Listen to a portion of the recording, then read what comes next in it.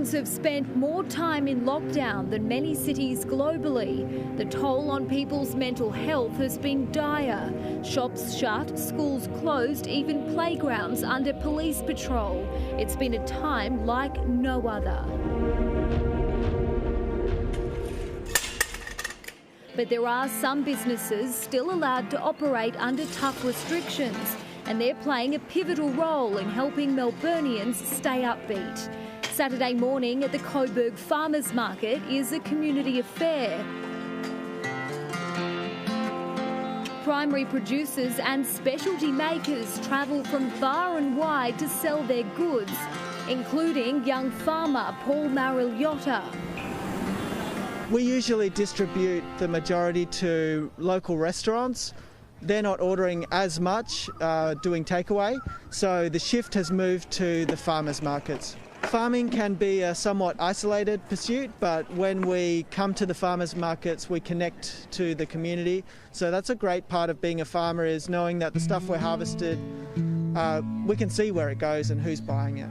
Fruit farmer Gary Pollard has travelled more than an hour from Elphinstone, south of Bendigo. His family has been growing apples and pears for more than a century. Good morning, how are you?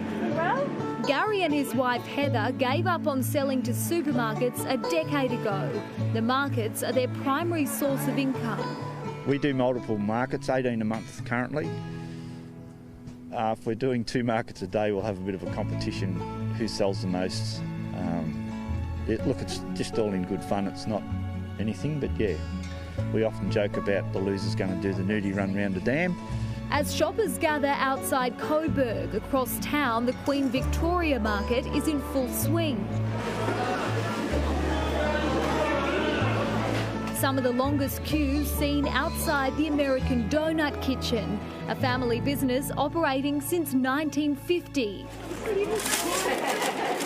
The longest running food truck and probably the oldest food truck as well, considering that they were made from scratch by my grandfather Arnold and Dave as well, where they built them from the chassis up, so they're pretty old. The Big White Bus is a Melbourne institution and the donuts essential eating. What is it about donuts that keeps drawing people back? They are fresh. They're hot, they're like a warm hug in your hand, and you see people walking through the market with them. You can smell them, you can see the joy on their faces. It's those simple pleasures in a world where everything has become so complicated that this is such a simple business model, it's such a simple product, and people just love it because it makes them happy. We are the joy providers, the memory makers and the marriage savers. I'll never forget being on the window with a customer that said, "I'll have 6 marriage savers, thank you." And I went, "I'm sorry, what?" I think I was about 15 at the time. And then I always thought that was hilarious, and that has stuck with me.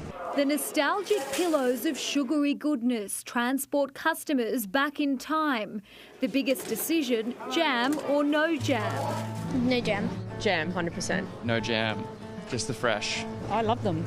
I used to eat them when I was a kid. So, yeah, we used to go to the footy at Victoria Park and the van was there. So I've loved them forever. Who can pass up a hot jam donut? Thanks so much. Melburnians have spent more than 200 days in lockdown. And what better way to cure the COVID blues than with a sugar hit? And since we're here, it would certainly be rude not to give them a try. Ooh.